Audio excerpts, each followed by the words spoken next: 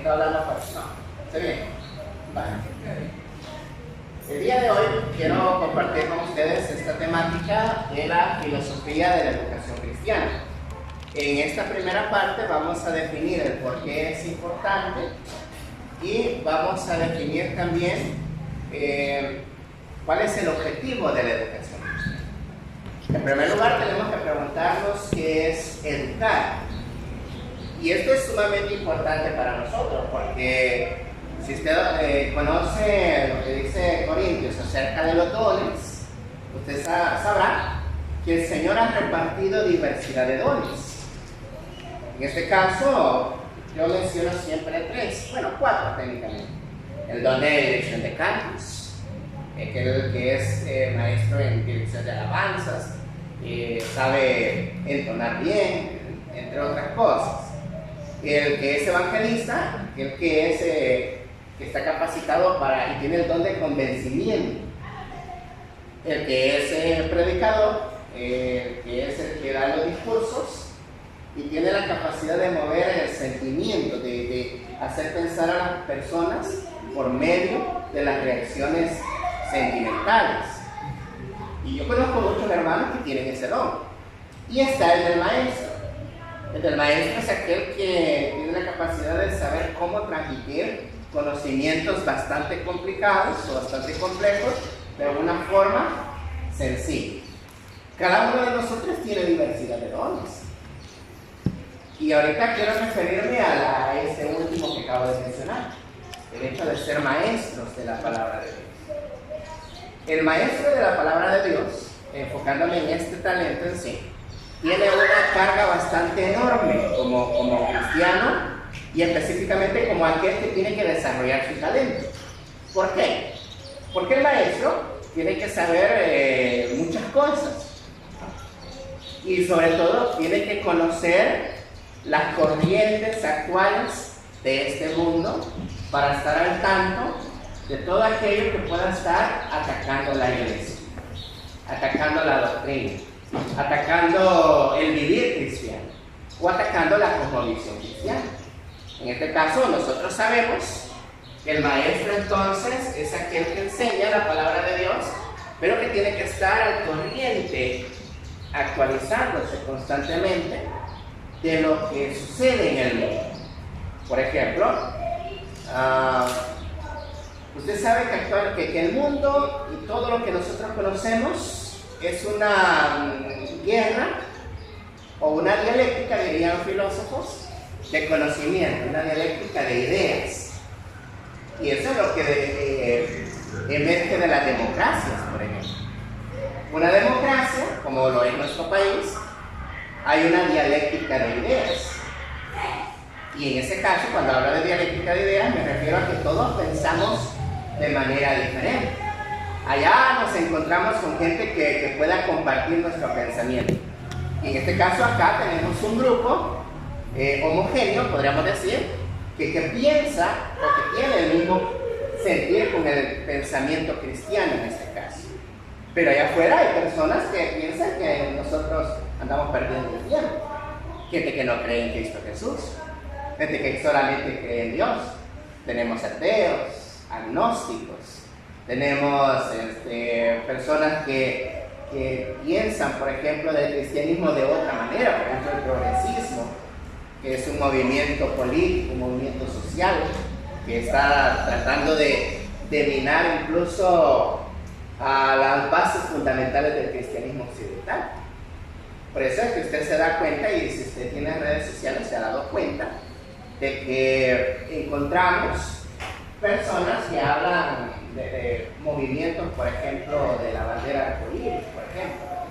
Movimientos de... ¿Saben qué es la bandera arcoíris? Okay. Movimientos que representan, por ejemplo, una banderita verde pidiendo ahí algo para las mujeres. Entonces, si usted se fija, tenemos dialéctica de ideas. Tenerlas no es malo, porque eso es lo que caracteriza a una sociedad demócrata, una democracia. El problema es que las ideas no se censuran. No deberíamos de censurar las ideas. Las ideas se debaten, se sopesan, se razonan, Y si estas ideas no van en favor de lo que es el desarrollo o el bienestar de la sociedad, estas ideas deben de desecharse. Y eso es una de las cosas que nosotros tenemos que analizar acá. Cuando hablamos de filosofía de la educación cristiana, tenemos que preguntarnos por qué es importante la educación cristiana en la congregación. ¿Por qué es importante? Yo quiero mencionarle así a grosso modo, estas son más o menos unas seis conferencias que tenía acá. De estas 6 quiero reducirla a 2 y quiero mostrarle algo. En primer lugar, ninguna educación es neutral, y esto es real. Toda educación, todo conocimiento, todo lo que usted aprende tiene un objetivo para nosotros. Y en este caso, cuando hablamos de que ninguna educación es neutral, estoy hablando de que usted recibe información, nuestros hijos reciben información, sus nietos reciben información, que tienen nietos, de diversas fuentes. Uno piensa que educación es solo lo que va a la escuela, o lo que aprende en el bachillerato, o lo que aprende en la universidad, pero esto no es así. ¿Dónde más recibimos información? ¿Qué otros medios? ¿Perdón? La televisión, el hogar, la televisión, el hogar, ¿qué más? Las redes sociales, amigos, exacto. Si usted observa, nosotros recibimos información de distintos lugares.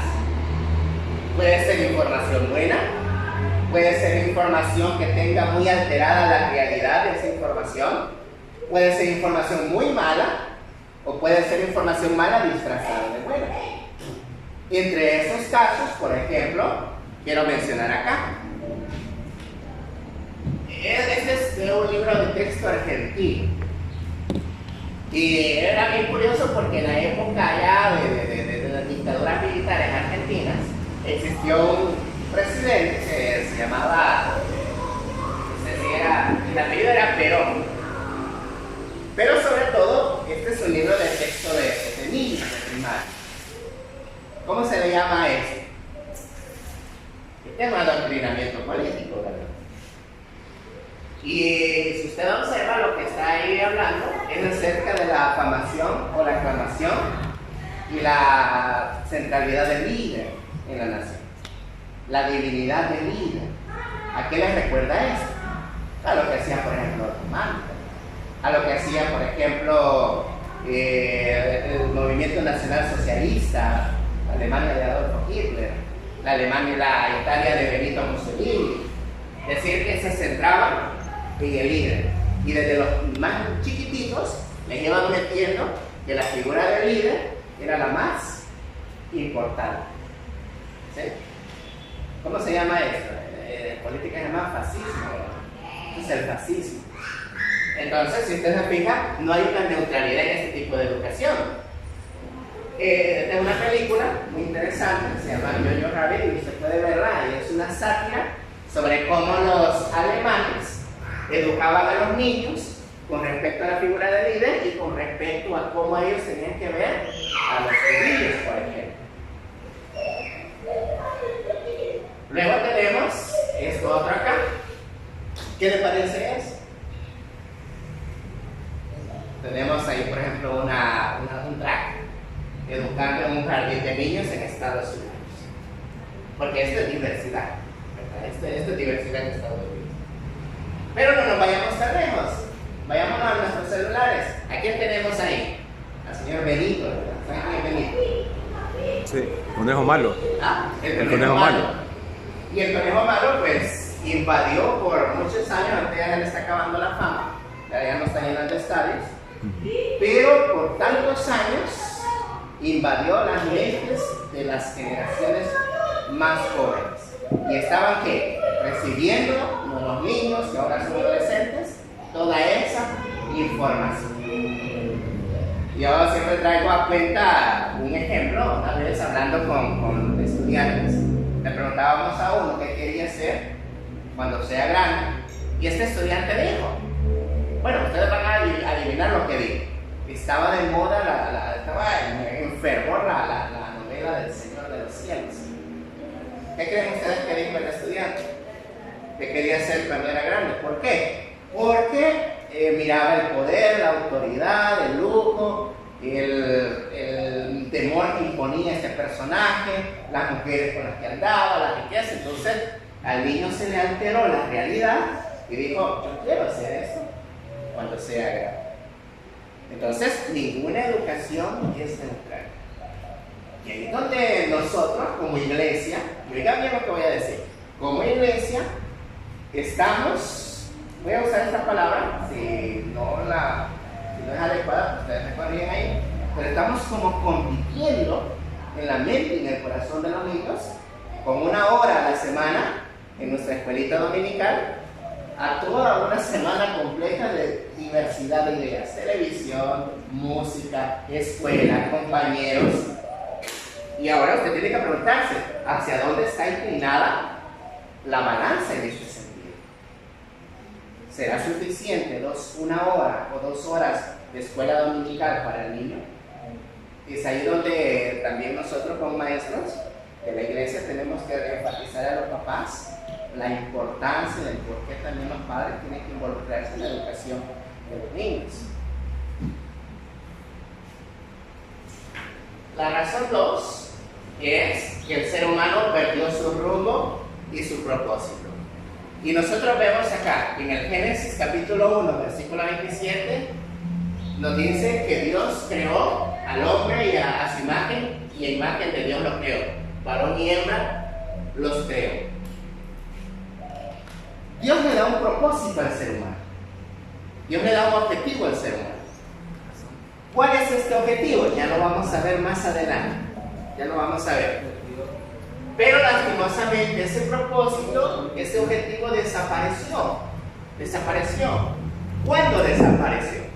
Justamente en Génesis 3 dice ahí, mira, si usted lo puede leer, dice, pero la serpiente era más astuta que todos los animales del campo que Jehová Dios había hecho, la cual dijo a la mujer, con que Dios os ha dicho que no comáis del árbol no comáis de todo árbol del huerto. Y la mujer respondió a la serpiente, del fruto de los árboles del huerto podemos comer, pero del fruto del árbol que está en medio del huerto, dijo Dios, no comeréis de él ni lo tocaréis, para que no muráis. Entonces la serpiente dijo a la mujer, no van a morir. Y mira acá, si no te sabe Dios, que el día que coman de ese árbol, serán abiertos vuestros ojos, y presten atención a esta frase, y seréis como Dios, sabiendo el bien y el mal. Y esto es sumamente curioso e importante para nosotros porque marca el destino de la humanidad. Usted se pregunta hoy, ¿por qué tenemos tantos conflictos? ¿Por qué tenemos guerras ahí en Medio Oriente, en Europa Oriental? ¿Por qué tenemos hambrunas y pandemias en África? ¿Por qué tenemos, por un lado, desigualdad, ¿verdad? Discriminación hacia la mujer, por ejemplo? ¿Por qué tenemos violencia intrafamiliar? ¿Por qué tenemos gente sumida en el alcoholismo y en las drogas? Todo comenzó acá en este versículo. Satanás le dice a la mujer, si ustedes comen de ese fruto, ustedes ya no van a necesitar a Dios. Ya no van a necesitar a está implícito, ¿no? A ese dictador que les diga dónde ustedes tienen que caminar. A ese que les legisla la vida. Si ustedes comen de eso, van a ser igual a Dios. Van a poder definir ustedes lo que va a ser bueno para ustedes y lo que va a ser malo para ustedes. Ya no lo van a necesitar a él. Entonces los primeros seres humanos cuando escucharon eso dijeron, oye, está bueno que nos independicemos, ¿verdad? Como que está bueno que ya no lo necesitemos a él y que agarremos el rumbo de nuestra vida, que seamos los arquitectos de nuestro propio destino. Oiga la frase que estoy usando, porque eso es lo que dicen las conferencias de autoayuda, ¿verdad? Sea usted el arquitecto de su propio destino. Confíe en usted mismo. Y usted puede lograr todo sin necesidad de ayuda de nadie, ¿verdad? Porque usted es capaz de hacer todo. Lo mismo vemos acá al primer como le dice, conferencista de autoayuda, ¿verdad?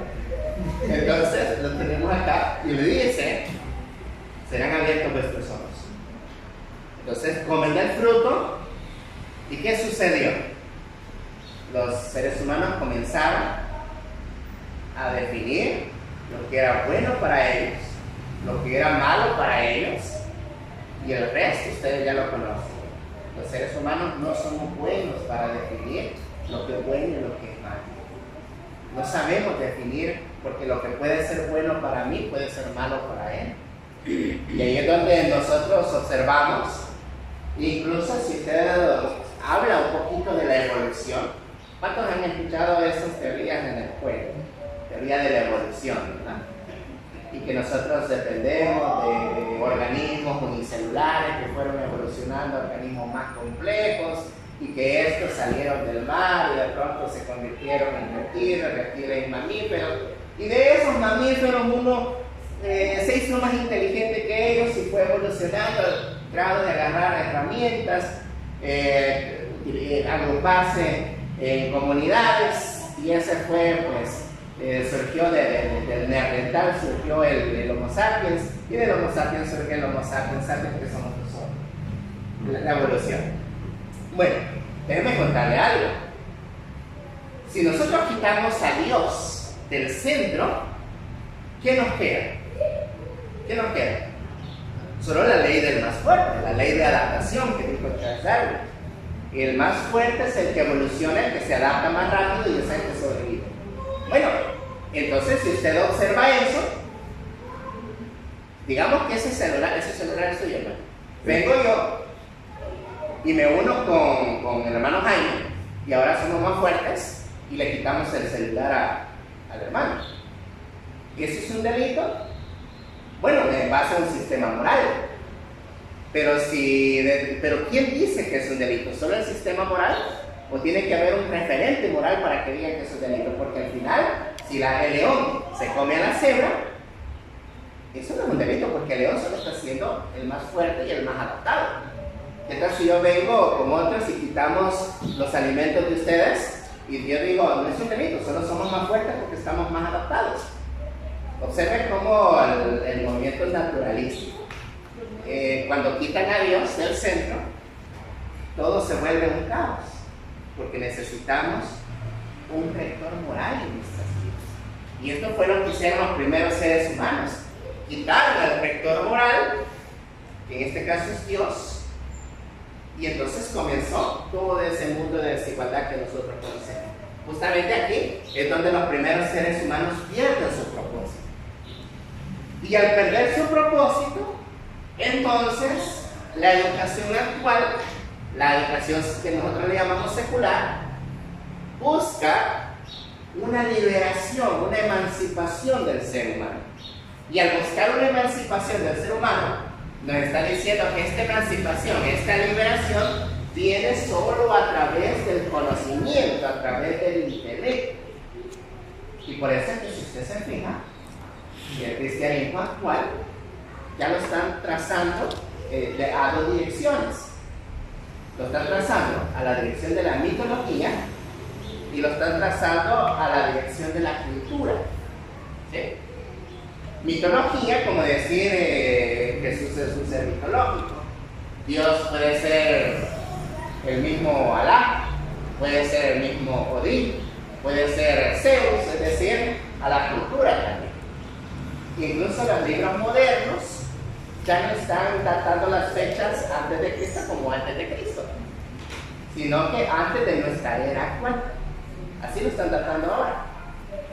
Antes, si usted observaba los libros, decían en el año 33 antes de Cristo, en el año 54 antes de Cristo, en el año 200 antes de Cristo.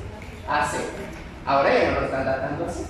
Ahora lo están diciendo en el año tal, antes de nuestra era actual, antes de nuestra era moderna, antes de nuestra. ¿Por qué? Porque el objetivo es emanciparse de todo lo que tiene que ver con mitos y religión. Porque la religión ya no es importante.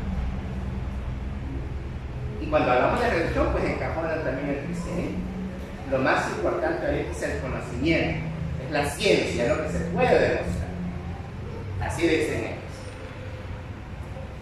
Y aquí tenemos unas capturas, por ejemplo, que tomé del Facebook. Por ejemplo, esta está bien interesante.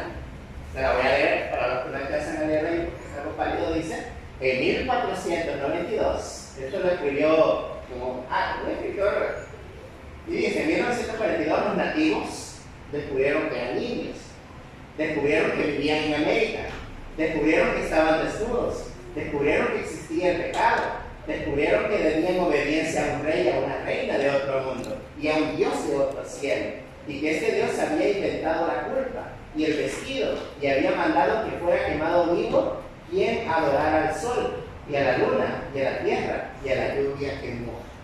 ¿Qué le parece eso? Parece sugestivo, ¿no? Parece sugestivo. Pero al final hay un engaño ahí. Porque aquí estamos encajonando todo el cristianismo en esta frase y decir que el Dios de los cristianos es un Dios malo. Un Dios malo. Cuando nosotros entendemos que esta fue una parte oscura de un ala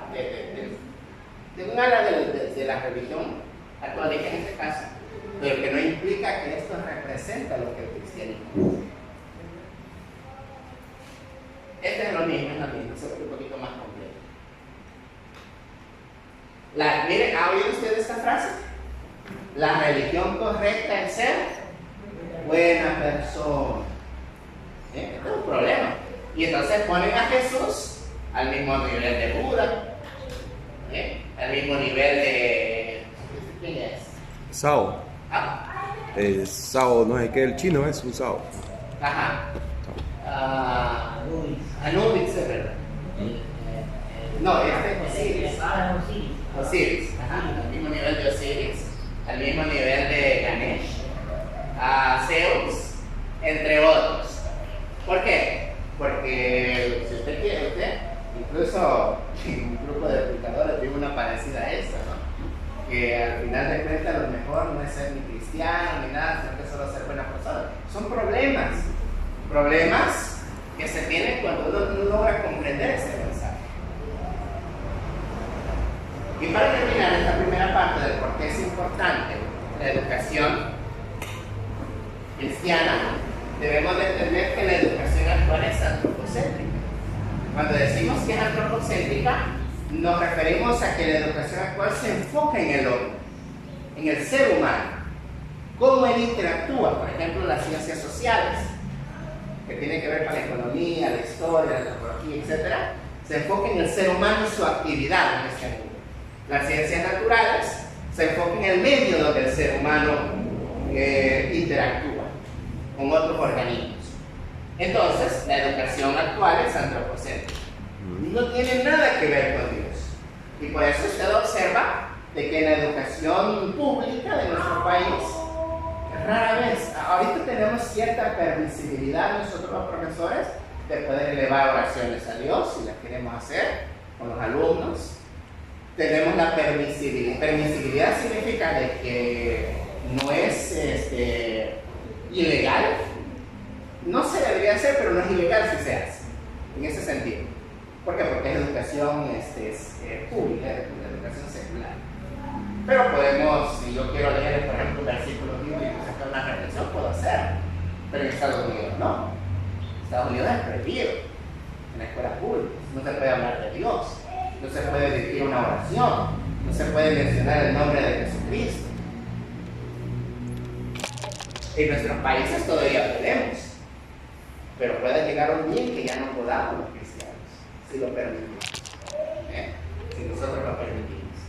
Hay países que se están blindando con eso, que están creando, por ejemplo, organizaciones de cristianos profesionales o profesionales cristianos, ¿sí? Profesionales cristianos, donde hay maestros, doctores y todos ellos crean organizaciones como poderosas para blindarse en contra de estas legislaturas. Y cuando hablamos de educación antropocéntrica, entonces nos referimos a eso. Tenemos al hombre de Vitruvio ya, y tenemos aquí a Protágoras, cuando le dijo, el hombre es la medida de todas las cosas. Y esta educación antropocéntrica nos lleva a un relativismo cultural. ¿Por qué? Porque si la educación se basa en mí, en nosotros, significa de que todos nosotros somos importantes. En eso estamos de acuerdo. Pero si nosotros somos importantes, también nuestras opiniones, también nuestras ideas, también aquello que queremos decir. Por lo tanto, si yo digo que Mario Lara está equivocado, yo estoy ultrajando a Mario Lara. ¿Por qué?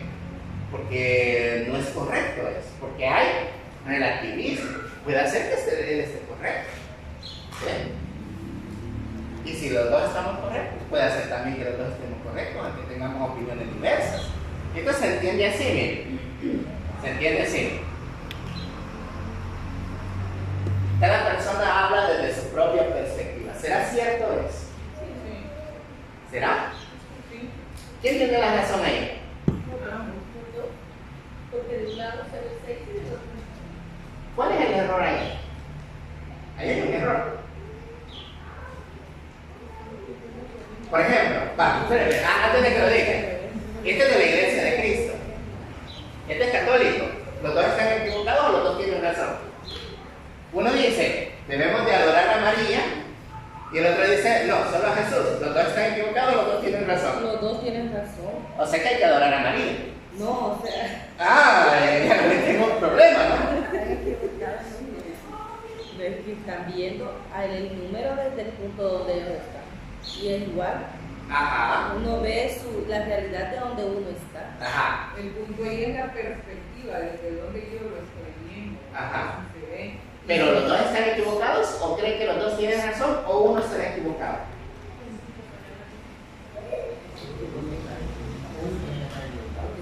Uno tiene que estar equivocado. El problema, ¿saben cuál es aquí? El problema es que nos falta un punto de referencia. Con un punto de referencia es como el ejercicio de medir esta pared, desde la base hasta el techo. ¿Cuánto cree usted que mide? Unos 6, 7 metros. 7 metros. ¿Cuánto cree usted que mide? 7.5. 7.5. ¿Cuánto cree usted que mide? 8.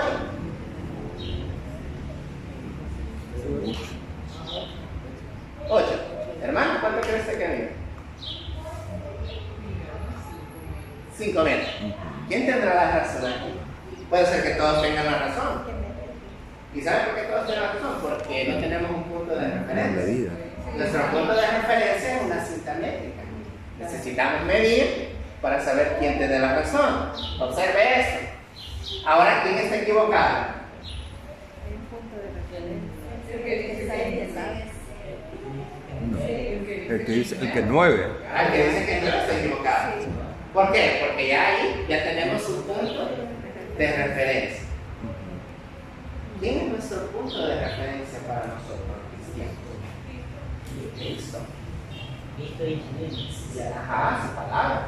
Si quitamos a Cristo, si quitamos su palabra, como el mundo ha pretendido hacer, entonces cualquier cosa es posible en este mundo en base al relativismo que estamos haciendo. O sea, usted puede tener la razón, yo puedo tener la razón, todo el mundo tiene la razón, porque hemos quitado el punto de referencia, en este caso es Cristo. Eso es lo que hace la educación antropocéntrica. Cuando está ideologizada, ¿verdad? Cuando no es científica. Cuando es científica busca un objetivo.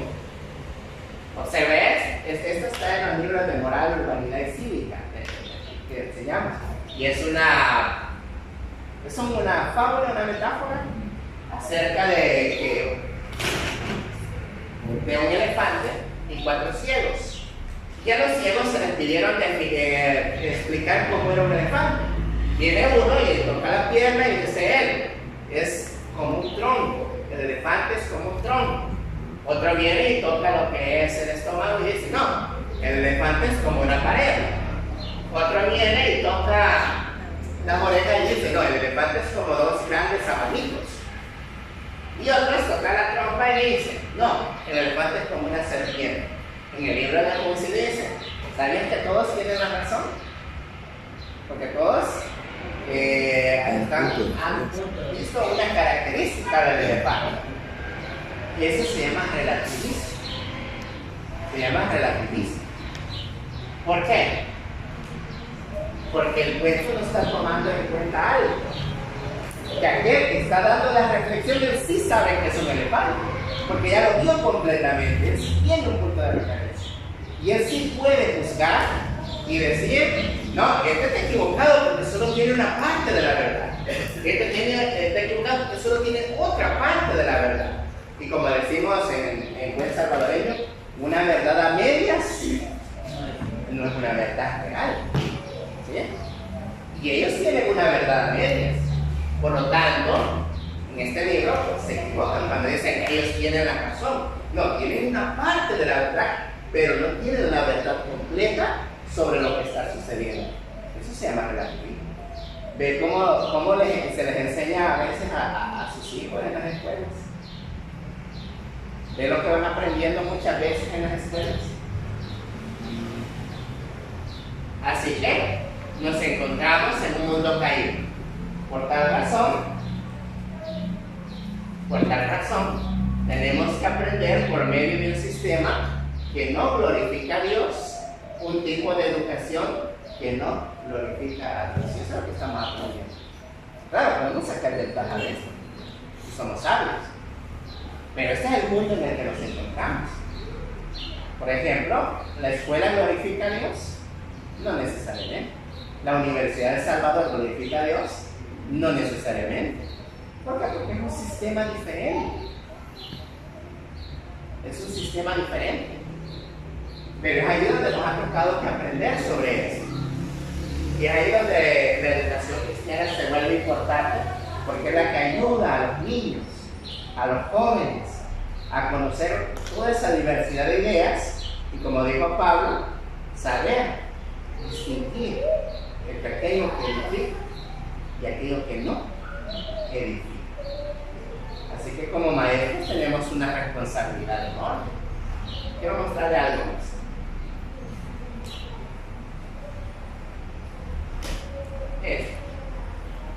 Los últimos 10 minutos. ¿Cuál es el objetivo de la educación cristiana? Ya vimos por qué es importante. Tenemos una razón muy importante. Nuestras futuras generaciones. Y una cosa bien difícil que nos pasa a nosotros como iglesia es que no logramos retener a toda nuestra generación. Por ejemplo, de la generación a la que yo pertenecía, creo que de Chalchuapa comenzó Luis Ángel. Y no me acuerdo quién más. Y éramos varios.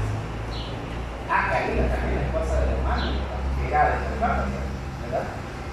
Entonces, somos pocos los que quedamos. Y éramos muchos, usted se acuerda, ¿verdad? Que éramos muchos, ¿verdad? De esta generación más joven. Ahora hay nuevas generaciones. El trabajo nuestro es retener a esas generaciones que crezcan como profesionales, pero que crezcan dentro de la iglesia. ¿Cuál es el objetivo de la educación cristiana? ¿Lo alcanzan a leer? Si alguien lo puede leer, por favor. No se alabe el sabio en su sabiduría, ni en su valentía se alabe el valiente, ni el rico se alabe sus riquezas. En esto, el que se quiere alabar, mas alábese en esto al que se quiere alabar, en entenderme y conocerme, que yo soy Jehová, que hago misericordia, juicio y justicia en la tierra, porque estas cosas quiero, dice Jehová. Muchas gracias. ¿Cuál es el objetivo de la educación cristiana? El objetivo de la educación secular es alabarse como sabio. Y lastimosamente, ¿no? Porque usted ve, tal vez no en todos los profesionales, pero hay muchos profesionales pues, que se inflan, se creen mucho por el conocimiento que tienen. En la educación cristiana es diferente. Dice, no se alabe el sabio en su sabiduría, no. Ni hay que alabarnos en qué, ni el valiente en su valentía, ni el rico en la riqueza. Es decir, ni la sabiduría, ni la valentía, ni las riquezas son cosas por las que debemos de alabarnos o sentirnos poderosos. ¿En qué debemos de alabarnos? Es decir, ¿cuál es el objetivo de esto? El objetivo de nuestra vida no es la sabiduría, no es la valentía de la riqueza. El objetivo es en entender y conocer a Dios. Y ese es el objetivo de la educación cristiana. Saber quién es Dios por medio de su palabra. Por eso dice la Escritura, ¿no? O dijo Jesucristo, escudriñad las Escrituras, porque en ellas nos parece que hay palabras de vida eterna. Cierto. ¿Por qué? Porque es en las Escrituras donde nosotros vamos a tratar de aprender, a entender y conocer quién es Dios y qué es lo que Él hace sobre la faz de la tierra. ¿Qué es lo que Él hace? Justicia, misericordia, juicio. O sea, Él tiene el poder de todo, el control de todo eso. Y es ahí donde nosotros entendemos por qué es importante enseñarle a los niños sobre Dios, sobre Cristo, desde pequeñitos, cuando están jóvenes. Quiero mostrarle algo acá, y con esto voy a concluir. Lo voy a detener un ratito. Quiero ver si lo tengo acá en esto.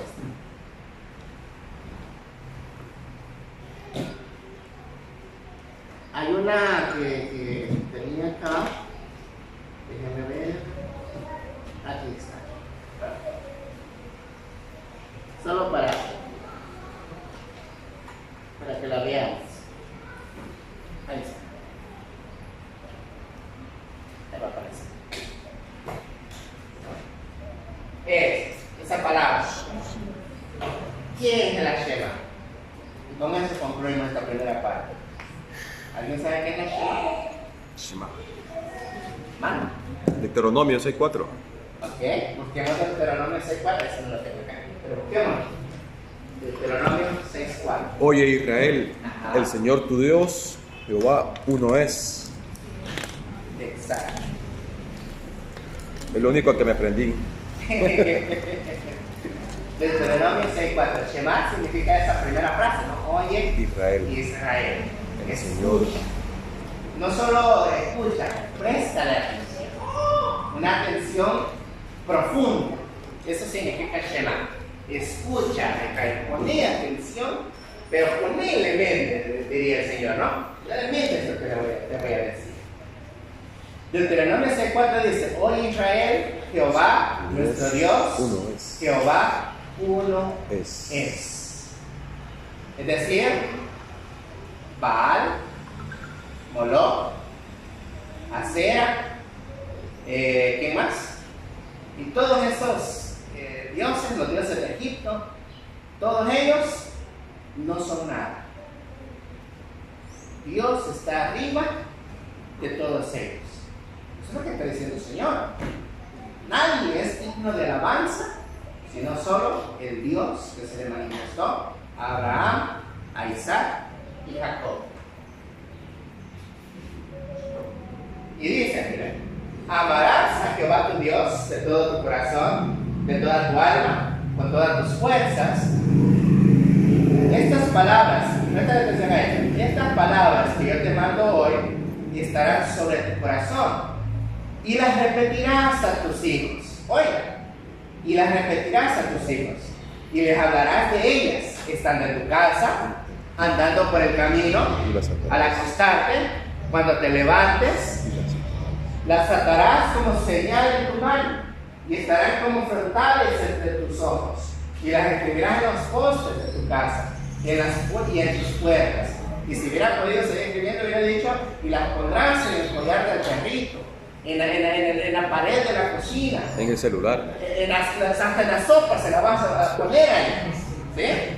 Porque quiere decirle que Dios fue bien puntual en esto con Israel, diciéndole: le vas a enseñar esto a tus hijos, no solo el día domingo, no solo el día sábado, se lo va a poner en la puerta, en el poste, en la cama, donde comen, donde duermen, cuando se levanten, cuando se acuesten. Es decir, toda la atmósfera tiene que estar llena de este mandato. Oye Israel, el Señor Jehová uno es, y amarás al Señor tu Dios toda tu mente, con toda tu alma, con todas tus fuerzas. ¿Por qué? Porque sabía que nos íbamos a exponer, en este caso Israel, se iba a exponer a idolatría que había en los pueblos de alrededor. Entonces tenía que tener bien la raza, bien firme su fe en Jehová para no ser idolatrado. Una de las cosas más difíciles para Israel era esto, y es de lo que sucede hoy en día. Yo hablo mucho con mi esposa sobre esto, que le voy a contar. Imagínense en Israel una cultura bien conservadora. Imagínense las mujeres de Israel, mujeres bien vestidas, ¿no? Pero tapaditas de largo. Una cultura que va enfocada a Dios, teocéntrica. Una cultura que busca que amemos al prójimo, que no le hagamos daño al prójimo, que trata de evitar que estafemos, que dañemos, que robemos, que violentemos a alguien, y de pronto llegan a Canaán y observan todo lo contrario. Observan cómo la gente se hace rica de la injusticia. Observan a las mujeres que no andan tan tapadas como las mujeres de ellos, no que mujeres más sensuales, más desvestidas, más liberales. Observan sacrificios por todos lados, ídolos por todos lados, y ellos se quedan como atónitos al ver todo eso. Algunos quedan asqueados, pero otros quedan maravillados por lo que están viendo. Eso nos difiere mucho de nuestra parte actualmente, de nuestra época cultural actual. ¿Por qué? Porque la iglesia al joven se le enseña a ser recatado, a la señorita se le enseña a ser modesta, ¿verdad? Al joven se le enseña que lo material no es lo más importante de este mundo, sino que el servir a Dios. Imagínense todo lo que enseñamos como jóvenes. Pero cuando llegan, ¿qué? A las universidades, a los bachilleratos, a las universidades y al mundo profesional, entra en un ambiente totalmente complicado. Y si las bases de la fe de los jóvenes, de las niñas, no está cimentada en esto, ¿qué creen ustedes que va a pasar? El mundo los absorbe. Cuando no hay una base fundamental de Dios y de la fe en Dios, que nosotros podemos tener. Ahí está nuestro trabajo. Ahí está la labor de la maestra, del maestro de niños, del maestro de jóvenes. A veces, decía el hermano Hipólito, decía, yo quisiera agarrar a estos jóvenes y enseñarles doctrina. Y a veces había jóvenes que decían, están grabando. Pero fíjense que a la verdad, eso tiene sentido. Porque el grupo de jóvenes no solo es un grupo, sino que es una escuela de adiestramiento para el mundo. La clase dominical no solo es para que los papás puedan estar tranquilos en el sermón, es una escuela de adiestramiento para los niños. Los niños son el semillero de la iglesia, las semillitas, primero.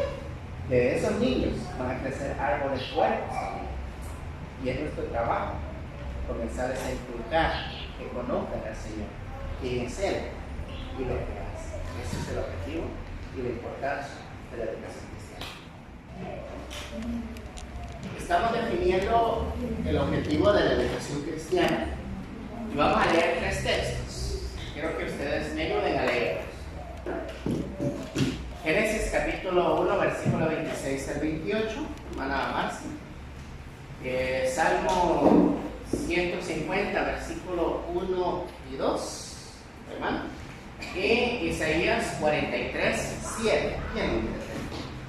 Entonces dijo Dios, hagamos al hombre a nuestra imagen, conforme a nuestra semejanza, y señoree a los peces del mar, a las aves de los cielos, en los peces y en toda la tierra, y en todo animal que se arrastra sobre la tierra. Y creó Dios al hombre a su imagen. A imagen lo creó. Okay. Varón y hembra lo creó. Gracias. Observe. Génesis nos habla de que Dios creó al ser humano. Vamos a ver Salmos. Salmo 150. 150, versículo 1 y 2. Alabado a Dios en su santuario, alabado en la magnificencia de su firmamento.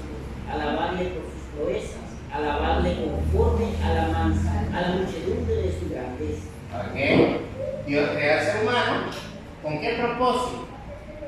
Alabanza. ¿Sí? Alabanza. ¿Pero por qué? ¿Por qué Dios creó al ser humano con el propósito de alabar?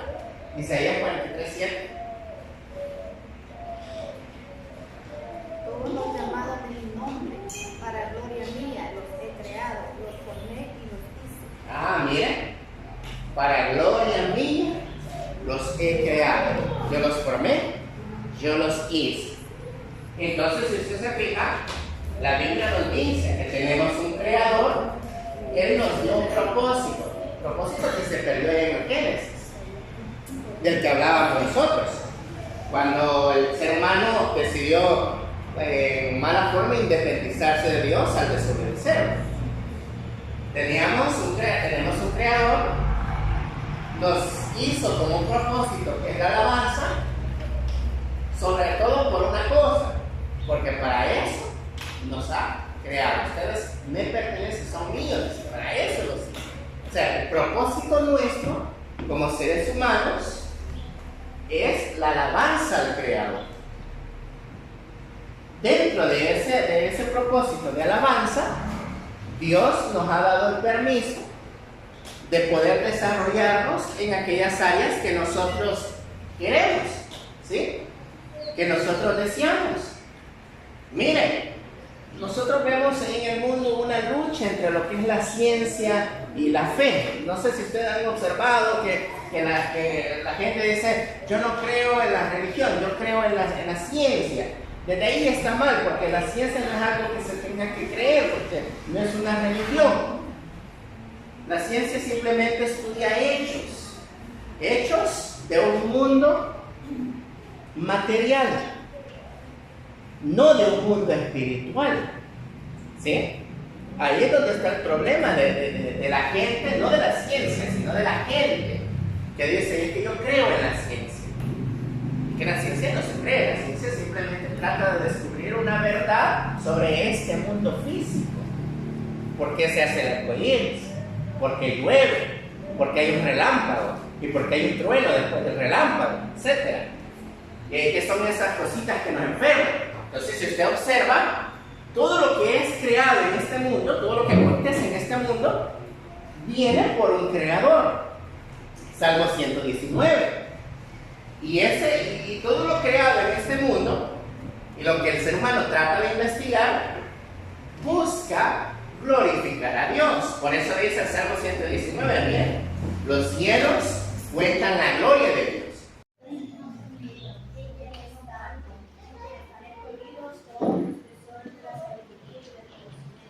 ¿Ok? ¿En quién están escondidos? Todos, miren, ¿el qué? Tesoros y sabiduría del conocimiento. Ahora, Juan capítulo 17, versículo 15 al 17 dice acá, miren, se lo voy a leer. No te pido que los quites del mundo, sino que los protejas del maligno. Ellos no son de este mundo, como tampoco yo lo soy. Santifícalos la verdad, tu palabra es verdad. Vamos a leer este otro. Efesios capítulo 1, versículo 23. Y la iglesia es el cuerpo de Cristo. Él la completa y la llena. Y también es quien da plenitud a todas las cosas en todas partes con su presencia. ¿De qué nos están hablando estos versículos ahorita? Estos versículos nos están diciendo dos cosas. Primero, que todo el conocimiento y sabiduría que el ser humano necesita para dirigirse en este mundo, lo encontramos en Cristo Jesús. Por eso dice, mire que en Él están escondidos todos los tesoros de sabiduría y conocimiento. Otra cosa que nos dice lo segundo es que como no pertenecemos a este mundo, pero estamos dentro de este mundo, aunque no pertenecemos en Él, necesitamos algo. Necesitamos el conocimiento de Cristo.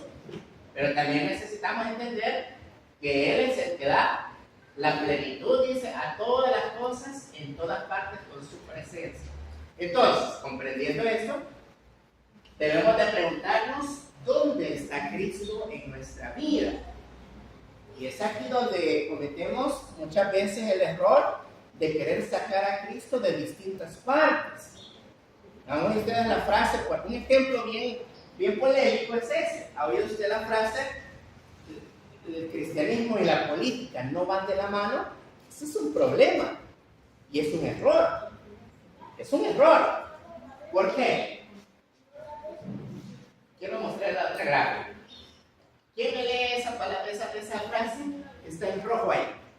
Si la cristiandad encuentra un área de la vida donde no tiene nada que influir o opinar, entonces hemos localizado un área donde Cristo no tiene poder y por lo tanto no es Señor. ¿Qué le parece?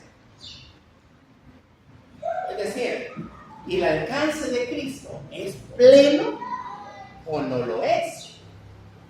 ¿Qué dice usted sobre eso?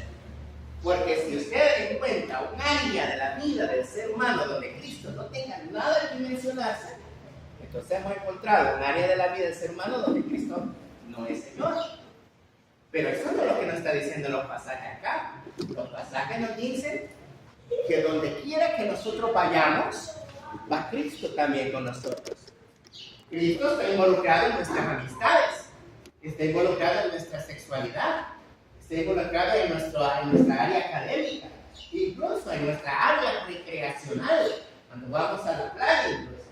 Está involucrado en la política, tendría que estar involucrado en la política de un país. Está involucrado en nuestras finanzas, claro que sí. Si Cristo no se involucra en todas las áreas de mi vida, entonces no todas las áreas de mi vida están gobernadas por Cristo. Traduzca esto a la vida completa de un país. Por esto, mire, esto que lo voy a enseñar ahorita. Ese pasaje. ¿Quién lo lee? Mateo 13:33. ¿Quién lee ese pasaje?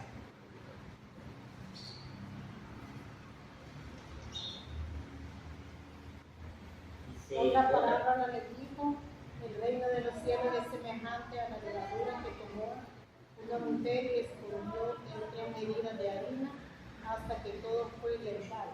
Ah, ¿cómo es el reino de los cielos? ¿Es semejante a qué?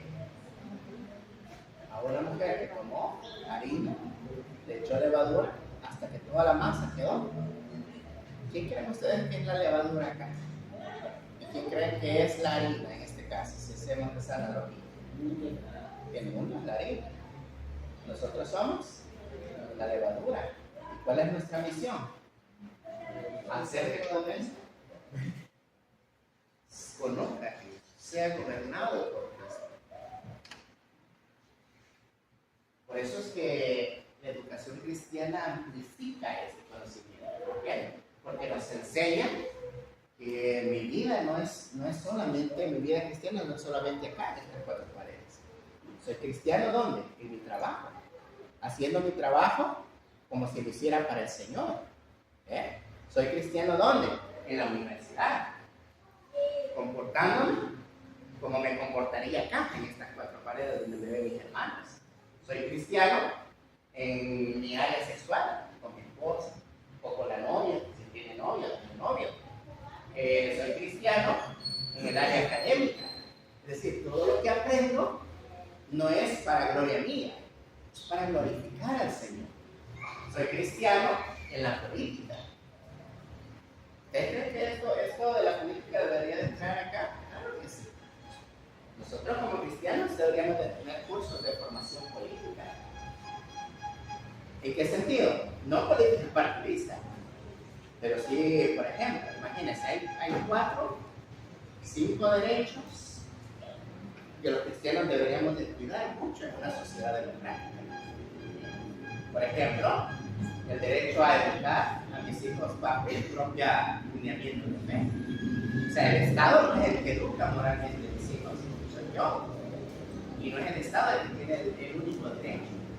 Por ejemplo, cuando estaba la Venezuela de Hugo Chávez, que yo estuve en Venezuela, Hugo Chávez había implementado una política de la reservita infantil, donde la escuela era la encargada de enseñarle la moral que el Estado quería enseñarle a los hijos. Imagínense, fascismo. Es lo mismo que sucedió en la época del siglo XX en muchos países, cuando realmente soy yo el encargado de enseñarle los valores morales a mis hijos. y yo debía de hacerlo. Por ejemplo, el derecho a la libertad de expresión, pero no solo libertad de expresión, libertad de pensamiento.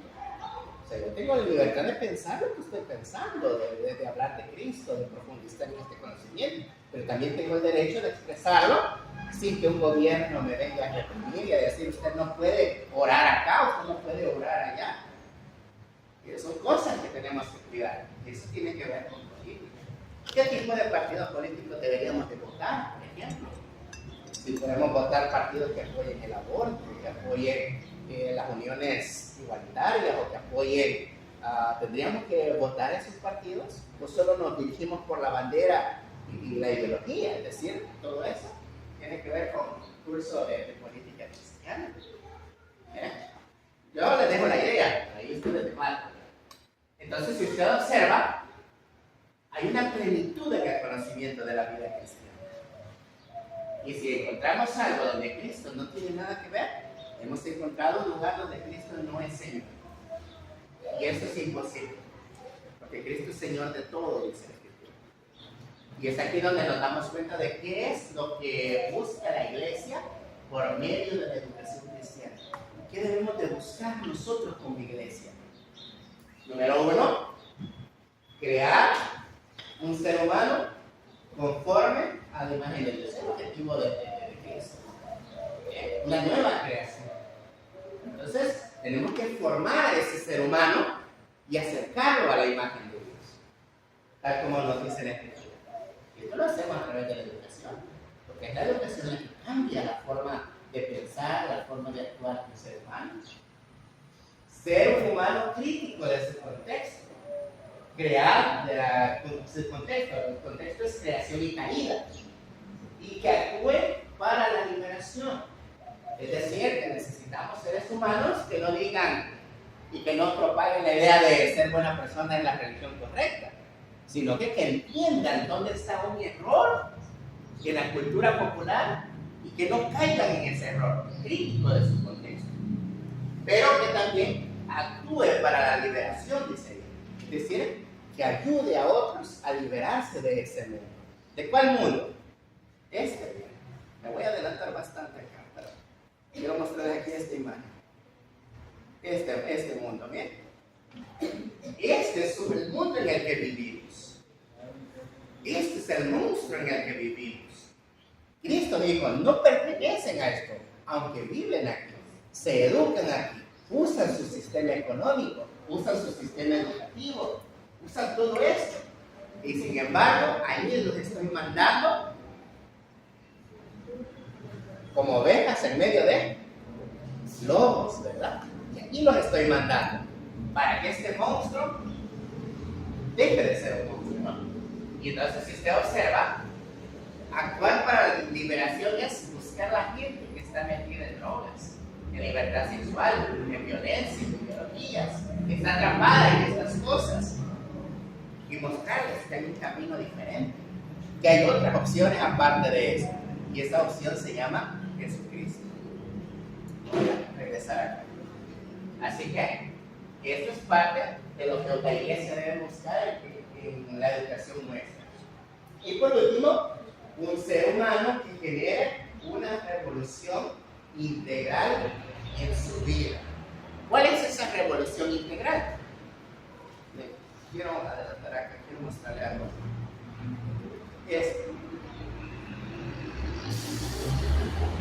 Cuando entendamos esta gráfica, va a observar que esto es lo que la Iglesia debe de buscar. Lucas capítulo 2, versículo 52, nos dice cómo Jesucristo crecía. Dice así, mira, Jesús siguió creciendo. Oiga bien, en sabiduría, en estatura, cada vez más gozaba del favor de Dios y gozaba del favor de la. 4 cosas. Eso es lo que debemos de implementar en nuestros niños. El crecimiento integral se basa en estas 4 cosas dentro del cristianismo.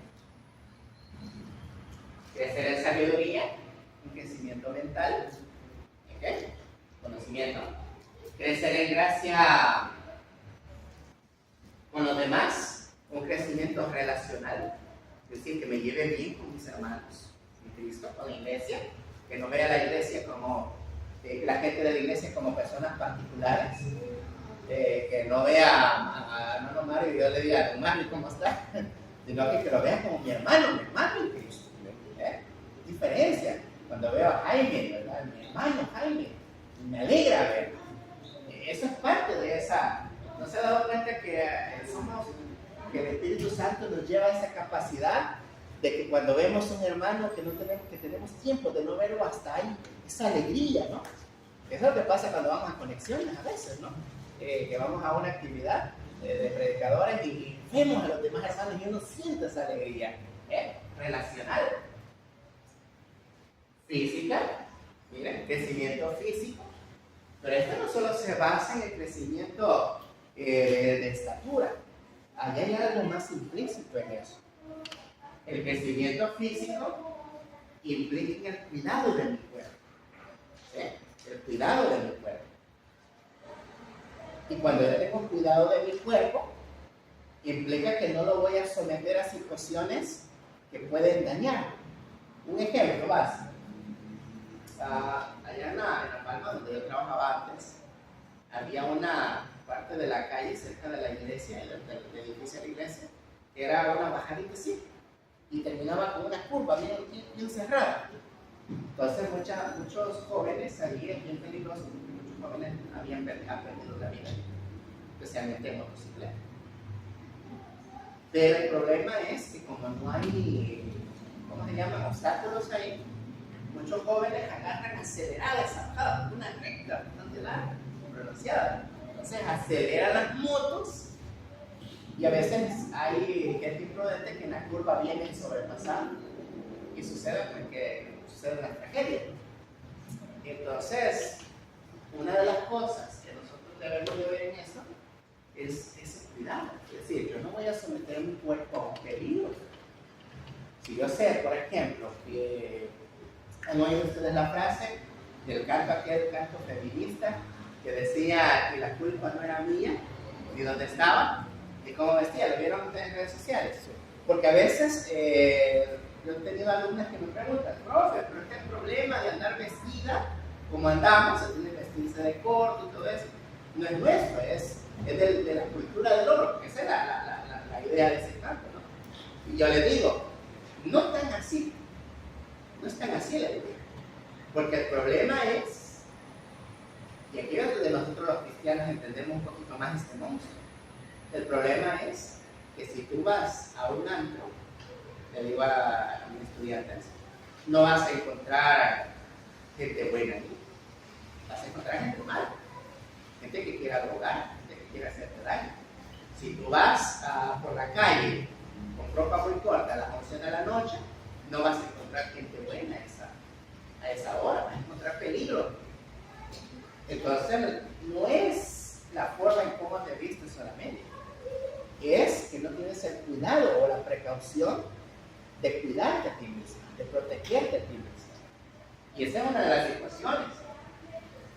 Lo que vemos en Jesucristo, cuando les dice que crecía en estatura, le estaba diciendo que no era un niño que se iba a subir a los árboles de coco de arriba y hacer la vida, que no se iba a andar de desobediente metiéndose en la cueva de los leones. No sé si me entienden el ejemplo. El punto es que no iba a arriesgar su vida haciendo cosas que le traigan repercusión.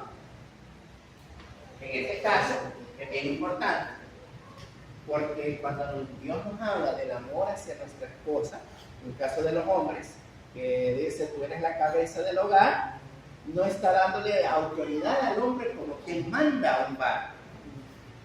Porque este es un problema bastante serio que se nos ha metido a nosotros.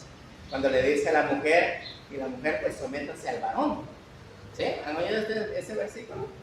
Y el hombre, sométase a Cristo, que es la cabeza del varón. Porque se supone que el hombre tiene que tener este crecimiento integral. El hombre tiene que tener búsqueda de sabiduría espiritual. El hombre tiene que crecer en gracia relacional. El hombre tiene que crecer en gracia espiritual. y tiene que cuidarse a sí mismo. Y haciendo todo esto, va a lograr llevar a la esposa y a los hijos y al hogar a crecer de esta manera. Un ejemplo, yo como hombre, por ejemplo, no voy a llevar a mis hijos a, qué sé yo, a un balneario, a una piscina, voy a tomar bebidas alcohólicas y voy a venir bien acelerado en el carro. Eso no es tener cuidado y no es tener amor para la otra persona. Entonces, mi amor por la otra persona es que voy a ir, lo voy a llevar a pasear y así como lo llevé, voy a tener la precaución de conducir y traerlo de regreso. Porque amo a esas personas. Si usted observa, el cristianismo integral que busca la escritura, entonces es esto. Que aprendamos a amar la sabiduría de Dios. Que aprendamos a llevarnos bien con los demás. Que aprendamos a cuidarnos de nosotros mismos y a cuidar a los demás. Y que aprendamos a estar en gracia con Dios. Y eso es lo que busca la sabiduría, la educación cristiana en un cristianismo integral. Quiero regresar acá.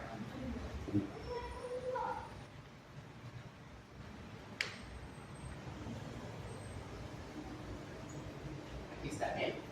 Un ser humano que genere una revolución integral en su vida. Un ser humano, entonces, que en cualquier aspecto de su vida esté esto ahí metido. ¿Cómo se logra esto? ¿Cómo logramos este cambio de mentalidad? Por medio de la educación cristiana. Si no nos empapamos de la palabra de Dios, no podemos lograr esto. Observa aquí este pasaje. Este pasaje. El primero es Efesios 4:3. ¿Quién lo lee? Efesios 4:3. Ese proceso continuará hasta que todos alcancemos tal unidad en nuestra fe y conocimiento del Hijo de Dios, que seamos maduros en el Señor, es decir, hasta que lleguemos a la plena y completa medida de Cristo. Bien. Hasta que lleguemos a la completa medida de Cristo. Hasta que Cristo esté integrado en todas las áreas de nuestra vida. Por eso es de que es bien triste, y usted lo puede enfatizar a las mujeres, a los padres, que es bien triste cuando los niños no van a su escuela dominical y pasa hasta 15 o 20 días y ya regresa otra vez el niño. ¿Por qué? Porque no se le sigue ese proceso. El niño pierde este proceso que se está trayendo desde pequeño en enseñarle que Cristo debe estar integrado en toda la vida individual. Veamos otro versículo. ¿Quién lo quiere leer? Segunda de Timoteo 3, 16 y 17. Toda la escritura es inspirada por Dios y es útil para enseñarnos lo que es verdad y para hacernos ver lo que está mal en nuestra vida. Nos corrige cuando estamos equivocados y nos enseña a hacer lo correcto. Dios la usa para preparar y capacitar a su pueblo para que haga toda buena obra. Bien, nos corrige cuando estamos equivocados.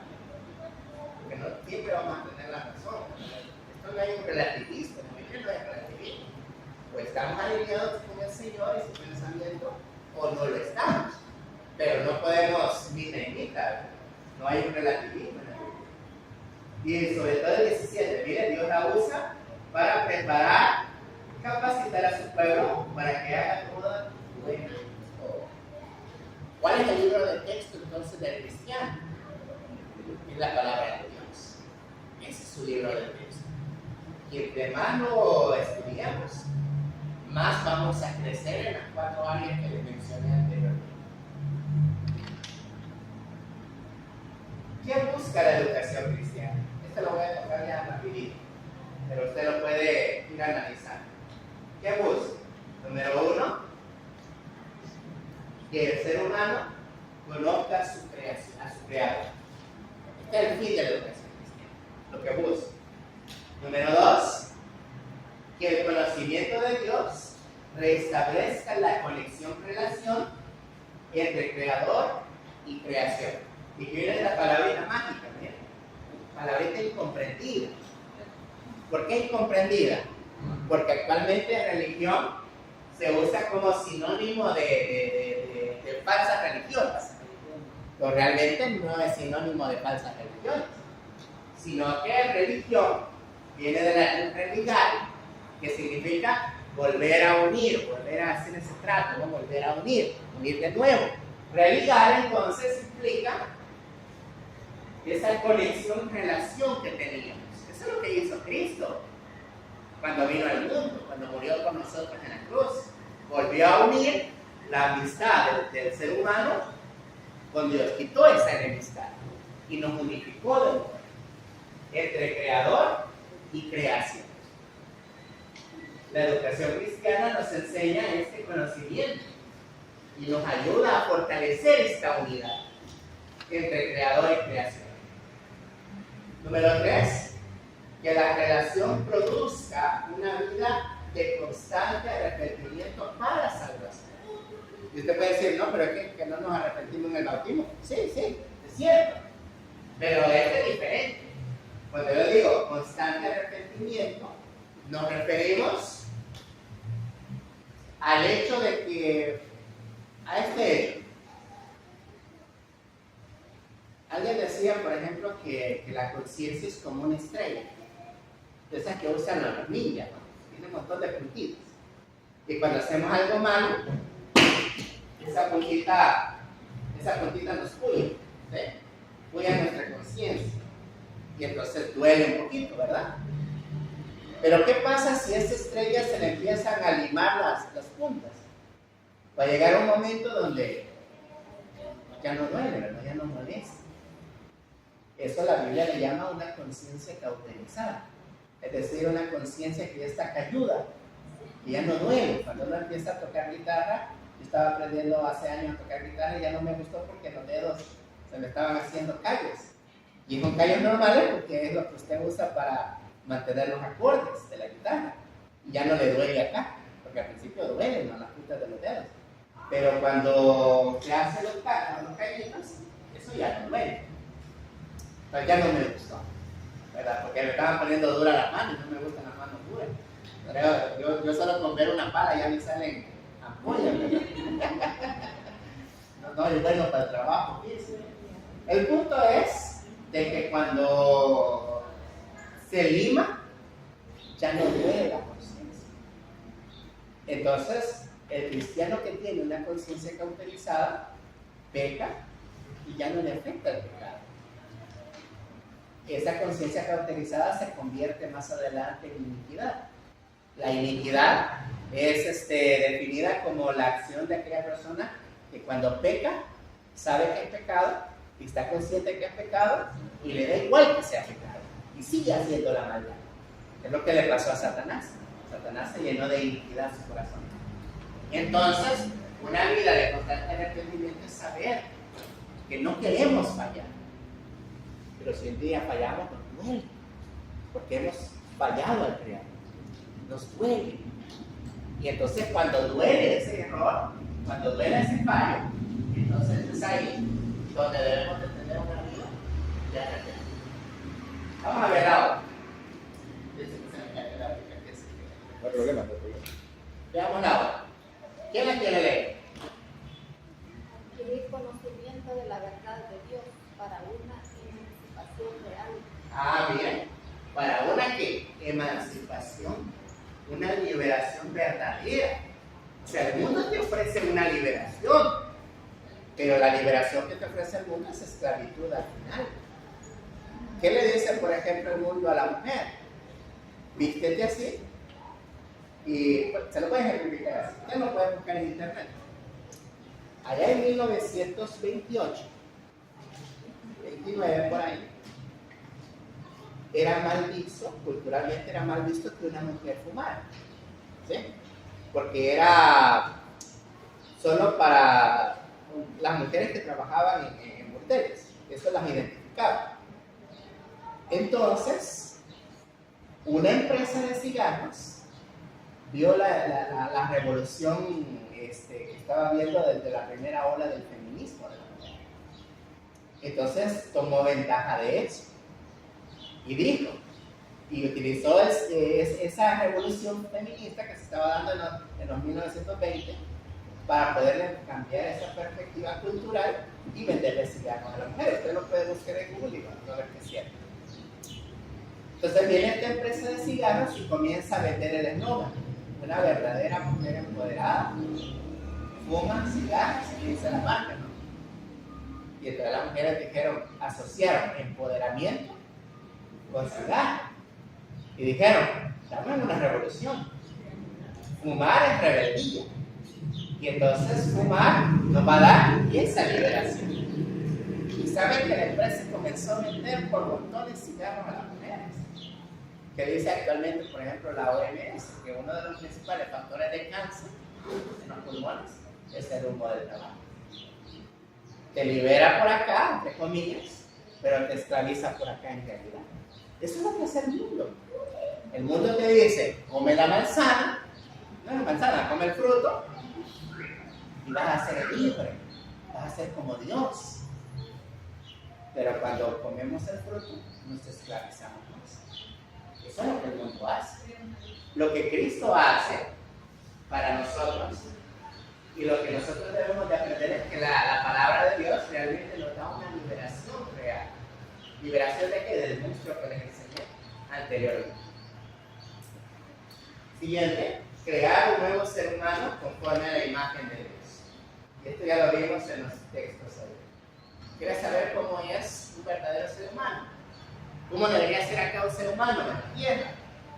Vea el ejemplo de Cristo. ¿Cómo debe ser una mujer empoderada? Vea el ejemplo de Cristo. ¿Cómo debe ser un hombre empoderado? Vea el ejemplo de Cristo. ¿Cómo es un ser humano real? Vea el ejemplo de Cristo. Cristo es nuestro modelo a seguir. Como hombre, para nosotros, y el modelo de ser humano para ustedes como mujeres. Es Cristo. No hay vuelta atrás. Y por último, crear un ser humano capaz de razonar teológicamente, ser reflexivo y con un espíritu apologético. Y esto no es solo para predicar bodas.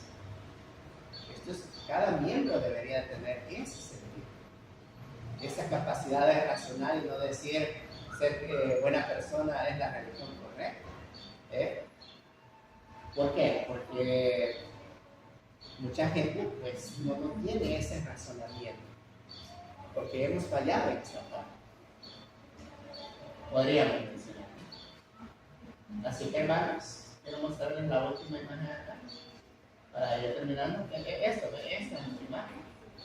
Son las cosas que nosotros tenemos que aprender a detectar, o que la iglesia debería ser capaz de detectar y decir, un momento, aquí hay un problema. Esto dice una mentira. Razonamiento teológico. Y saber cómo desenmascarar la mentira. Razonamiento apologético. Así que, hermanos, en conclusión, lo voy a poner acá de regreso. La educación cristiana busca construir un ser nuevo a través de la educación, a través del libro de texto que el Espíritu Santo nos ha dado, que es la Biblia, para que vayamos allá, al mundo, y Dios tenga todos sus ¿cómo se dice? Sus infiltrados ahí. Y concluyo con esto, miren. Cuando Israel fue llevado por Babilonia, hacia Babilonia, que fue el saqueo en Jerusalén, Dios fue bien sabio con nosotros. Y mire qué hermoso actúa el Señor. Con los que se habían quedado esclavos, ¿quién había quedado ahí? Jeremías. ¿Sí? Jeremías había quedado ahí, con los que habían quedado en Jerusalén. Dios estaba allí por medio de Jeremías. Con los que se habían llevado esclavos en los campamentos, ¿quién estaba ahí? Ezequiel. Dios estaba con los cautivos en Babilonia. Ezequiel estaba ahí. Con los que Nabucodonosor se había llevado al palacio, ¿quién estaba ahí? Daniel. Dios estaba en el palacio con Daniel. Dios estaba en la destrucción de Jerusalén allá, dando aliento a los que estaban sufriendo. Dios estaba dando aliento a los cautivos y Dios estaba guiando a Nabucodonosor a su propósito por medio de un hombre que se llamaba Daniel. Dios tenía infiltrados en todas partes. ¿Pero por qué funcionó esto? Porque había conocimiento de Dios ahí. Ahora que tenemos el panorama completo a través de la Biblia, la revelación completa, ¿qué cosas no podemos hacer nosotros si nos proponemos alcanzar todos los aspectos de esta sociedad? A veces hablamos mal de los políticos y decimos que los políticos son ladrones, los políticos allá, pero nunca nos hemos propuesto en formar gente buena y mandarla allá. Porque la gente mala es la que gobierna, pero no la gente buena. Y es ahí donde tenemos que cambiar nuestra cosmovisión, cambiar la mentalidad de la iglesia. Necesitamos crecer y esforzarnos en estas áreas. Entonces, preguntas, comentarios de las dos conferencias. No sé si hay preguntas, comentarios. Ajá. Creo que la educación en la vida cristiana, sobre todo en la congregación, como ustedes decían, tiene que ser en todas las áreas, porque la maldad, o podemos decir los malos deseos de la propia carne, busca quebrantar la debilidad del ser humano. Muchas veces esa debilidad se da por la flaqueza o el poco conocimiento que nosotros tenemos acerca de ciertas áreas de nuestra vida. Y si nosotros no reforzamos esas áreas con nuestra base principal, que es la palabra de Dios, entonces nosotros llegamos a caer en el pecado. Y eso es parte de la educación que todo ser humano, al menos todos deberíamos de tenerlo, pero lastimosamente no todos. Entonces, cuando nosotros nos referimos a la educación cristiana, deberíamos, como ustedes son referirnos, o enfocarnos a que nosotros nos enriquezcamos de conocimiento en todas las áreas de nuestra vida, porque la verdad mayormente trata con psicología, como vimos en Génesis 3:5, que Satanás mostró esa debilidad que tenía Eva por querer ser la autora, por decirlo así, de su destino. Entonces así nos va a buscar a nosotros. Quizás nosotros podríamos ser en las relaciones interpersonales tengamos cierta debilidad y en esas relaciones sea que Satanás se mete en nuestra vida y nos aleje más de Dios. Es importante, pues, cómo vamos a elegir incluso nuestra amistad. Yo decía una vez, porque hay gente que dice, no, pero Jesús se juntó con Ramira, Jesús se juntó con... porque nosotros no, es que el problema es una cosa. Si tienes la capacidad de influenciar a esa gente para Cristo, puedes hacerlo. Pero si ellos influencian para ti, es mejor mantenerte al margen. Eso es bien importante. ¿Sí? Y también recordar que nosotros como cristianos tenemos un compromiso, nos fue dado un compromiso, lo que se menciona ahorita también. Jesús tenía un compromiso, por eso él no perdió su enfoque. Y él transmitía su compromiso a las demás personas y por eso muchas personas le seguían, porque él estaba fielmente trabajando en su compromiso. Así deberíamos nosotros. Así es. Así es. Sí. En lo personal creo que excelente como cristianos tomar la Biblia, que es nuestra base, pero también como seres humanos tenemos que empaparnos de todo tipo de filosofía para cuando esta venga a tratarnos, pues nosotros tenemos una idea de qué es esta cosa, porque a veces sí tenemos conocimiento bíblico, pero no tenemos conocimiento secular de esa filosofía. Y es ahí donde nos atrapan, por eso muchos cristianos se desvían, porque solo tienen la Biblia y no tienen conocimiento secular para contrarrestar esa filosofía. Sí, el problema es que no logran hacer la conexión esa que mencionaba, ¿no? Esta conexión. No, nada más. Pero bueno, lo voy a buscar aquí. La educación integral de crecer en sabiduría. No, esta.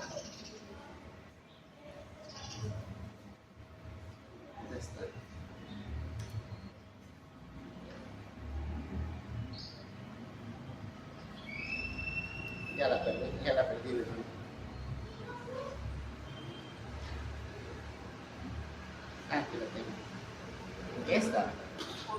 esta conexión. El problema es que pensamos y dividimos el conocimiento secular con el conocimiento cristiano, cuando realmente hay una conexión entre ellos. ¿Por qué? Por ejemplo, la microbiología me enseña a conocer los organismos microscópicos, pero Dios está ahí también, porque Él es el creador de esos. Y entonces, al conocerlos, puedo glorificar a Dios por crear esos animalitos. Cuando conozco los cuerpos celestes, o cuando conozco el comportamiento del ser humano, yo puedo glorificar a Dios de unas formas. Pero la gente piensa de que lo que conozco acá no tiene nada que ver con lo otro.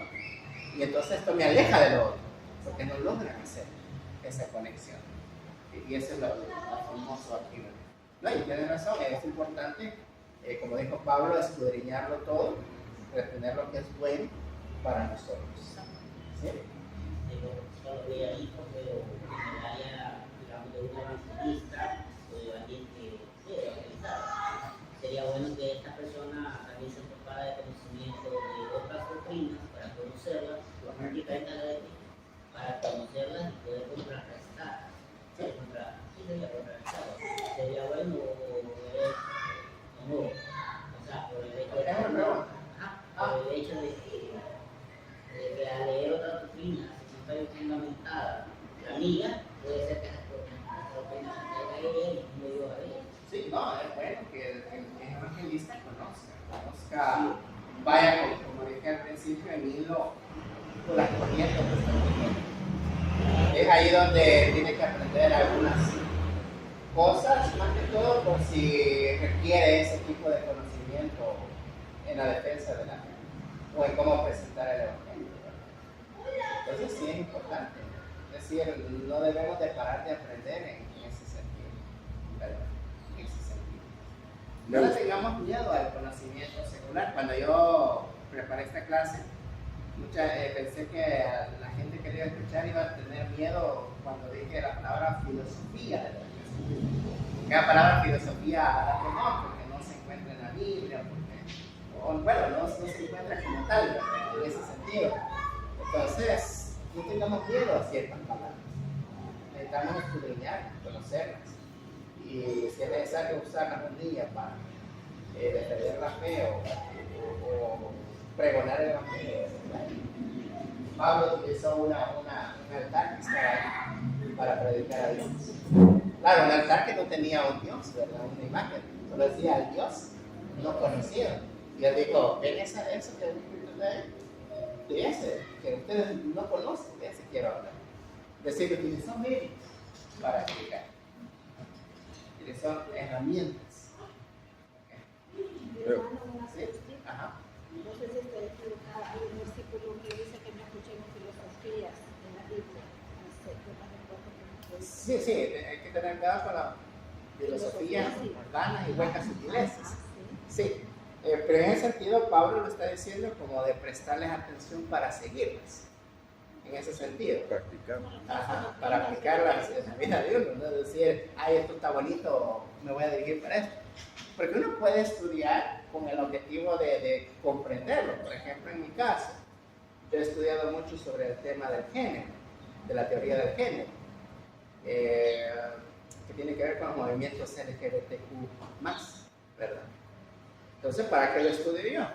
Simplemente porque quiero conocer, quiero saber qué potenciales peligros puede presentar esto para nuestra vida.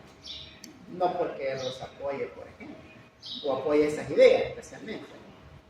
Entonces, uno como maestro puede estudiar esas cosas con el afán de conocer y ver si representa un peligro para nuestra fe o nuestra juventud y ver cómo poder ayudar a nuestra fe. Ahora, para seguirla, pues Pablo dice, no apuesten su oído a esas cosas. ¿Sí? Para agregar a esto, también es importante conocer en qué contexto Pablo lo escribió, porque digamos que en Gálatas y Corintios, las dos iglesias presentaba que habían sido influenciadas por profetas que les daban falsa doctrina. Entonces Pablo les estaba diciendo eso porque ellos ponían en práctica y les escuchaban esa doctrina. Correcto. Entonces tienen que tener cuidado de alejárseles, no ponerles atención. En la literatura poética o los libros sapiensales o poéticos que estamos estudiando con los chicos de primer año, dentro de sus autores, ¿verdad? Se cree que hubieron también filósofos, ¿verdad? Ejemplo de Hobbes, sus amigos, son pensamientos, o sea, filosóficos los que plantean, ¿verdad? Acerca de la existencia, ¿verdad? Del mismo ser humano. Pablo lo usó también, ¿verdad? Puso de ejemplo a los epicúreos, ¿verdad? O sea, hablando de eso. Me gustó, hermano, lo del creo que era la parte integral de la educación, o no sé cómo era, basado en el texto de Lucas, que habla de los 4 aspectos, no se me olvida, ¿verdad? Primero es la mente, que es la sabiduría, ¿verdad? Luego viene la parte física, no solamente en estatura, sino que cuidar su propio también templo, al cuerpo, y lo otro era la parte relacional con todos, y la más importante que es la vertical, que es la con Dios, ¿verdad? O sea, si esos 4 principios están en nuestra casa, lo demás, ¿verdad? Aunque estemos expuestos ante un mundo de maldad, estos 4 principios tendrían que prevalecer. Correcto, así es. Gracias. Hermano, gracias por el tiempo. Nos vemos dentro de cuándo.